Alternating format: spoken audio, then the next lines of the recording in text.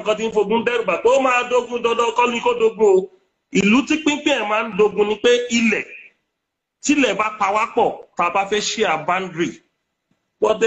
ọlọ́run tẹ lọ́wọ́ map of Nigeria ọlọ́run ti pín Nigeria láti ilẹ̀ wá àsìkò lókù ibi tí Yorùbá bá ti ń lọ lèmi ń lọ gẹ́gẹ́ bí Ààrẹ Ọ̀nà Kakanfò ilẹ̀ Yorùbá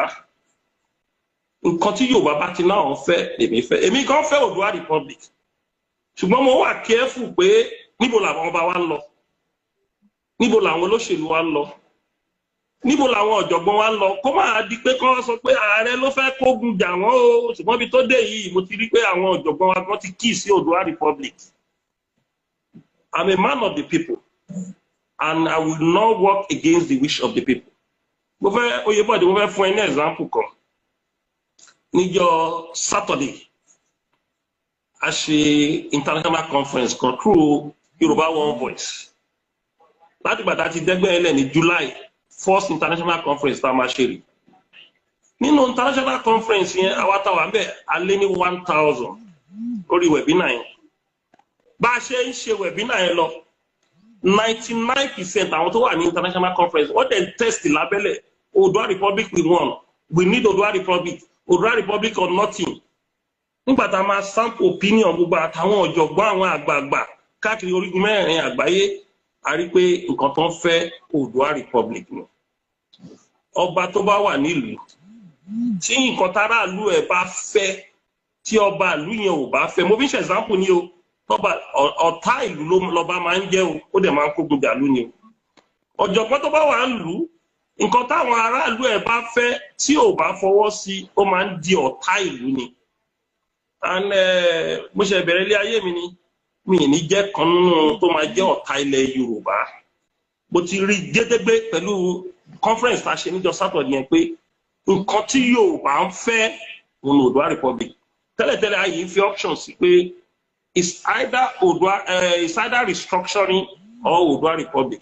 but tó bá dárúkọ restructuring sí wọn náà wọn ò fẹ́ gbọ́ ààrẹ àwọn ò fẹ́ gbọ́ restructuring o Oòduà Republic náà bẹ́ẹ̀ alára dára òun ṣẹ́nu wa máa bà mí ni wọ́n ní tẹ́lù bá ń bà yín ẹ̀rí o ẹ̀rù bọ́ ọmọ ọba lógun nígbà tí bá wá jẹ́ Ààrẹ Ọ̀nà Kakanfò tó wá di pé bí Yorùbá ṣe máa bọ́ ní dáǹdè lẹ̀rọ a máa bà mí ẹ̀rọ gbọ́dọ̀ bà mí ọ̀rọ̀ tó wà nílẹ̀ yìí nǹkan tí Yorùbá fẹ́ nìyẹn o tó bá sọ̀rọ̀ restructuring báyìí wọ́n ní no kí wọ́n ṣará lóyìnbó nìkan o ní Nàìjíríà gan bó ti sáfò opinion àwọn èèyàn ọ̀rọ̀ pé ogun fẹ́ ṣẹlẹ̀ yẹn àwọn olóṣèlú kan fi ń dẹ́rù bàyàn ni kò sógun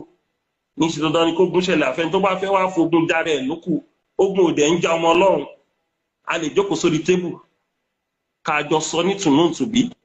a dẹ̀ lè jọ máa ṣòwò papọ̀ pẹ̀lú àwọn tó wà ní ilẹ̀ Haúsá tá a bá pín tá a bá jẹ́ nation kan náà kì í ṣe dandan ni kógun kò sí kọta jọ́njà fúnra nǹkan tó bá tí Nàìjíríà bá pèsè tó bá wà ní north kí north fi máa ṣọ́ra ajé wọn èyí tó bá wà lọ́dọ̀ wa court for ẹ̀ṣọ́ ká máa fi ṣọ́ra ajé wa èyí tó bá kù sí Niger Delta kan máa fi ṣọ́ra ajé wọn kì í ṣọ̀rọ̀ ogun èmi wà lára àwọn tó yìí ń sọ̀rọ̀ restructuring pé wẹ́ kàkà kí Nàìjíríà pín ká sọ̀rọ̀ restructuring bọ́ tíbi táwọn Yorùbá ti wá ọmọ Yorùbá ti wá determine ìdè báyìí o èmi ò lè tako interest ilẹ̀ Yorùbá o torí ẹni bá tako interest ilẹ̀ Yorùbá ìtàn burúkú náà máa fi ń pa tó bá gbẹ̀yìn ayé ẹ̀ èmi mo sọ ń July pé tí Yorùbá bá ti ready èmi náà ti ready ó dà pé Yorùbá ti ready báyìí ó dẹ̀ wá gauge àwọn tó tako Oòduà Republic within 2 weeks a rí attack tán fún wọn both in internet and the media àwa ní ó dà pé Yorùbá ti ready báyìí. so àwọn tó wà ní Oòduà Republic pọ̀ Sunday náà ń gbìyànjú tiẹ̀ ní olúkálùkù á gbìyànjú ẹnu ò tí ìkọ́ ẹnu máa kò tó wáyà tá a bá dé agbede méjì ṣé Oòduà Republic wá kàn jẹ́ ká kàn máa pariwo lórí social media ni ibo lẹ ti ṣẹ́ dé ṣé European Union ti gbà yín wọlé ni ṣé British Parliament ti gbà yín wọlé ni US Congress ti gbà yín wọlé ni United Nations ti gbà yín wọlé àwọn ọ̀jọ̀gbọ́n ló máa ṣiṣẹ́ yẹn kì í ṣe ọ̀rọ̀ social media àwọn ọ̀jọ̀gbọ́n kan intellectual battle ni it's not about media hype on social media it's about intellectual battle strategy and tactics iṣẹ́ ọpọlọ ni àìjẹ́ bẹ́ẹ̀ tá a bá lọ jọ sí ọ̀rọ̀ social media onífọ̀tmọ́tò tó kógun wọ̀lú ogun àjàlú ó gbọgbọ́n ó gbòye o bí mo ṣe ń sọ pé mò ń support yìí o kì í ṣe gìrìwó o tó bá tẹ̀ máa lo gìrìwó wà á kọ́kọ́ lọ́pọlọ ọ̀rọ̀ ọgbọ́n Yorùbá náà pè ní ọgbọ́n ń bẹ èèyàn wà àwọn àgbààgbà jókòó wọ́n á wo ètò ibo la fẹ́ gbà tí ò ní fogun tó bá tẹ̀ máa fogun tá à ní casualty lọ títí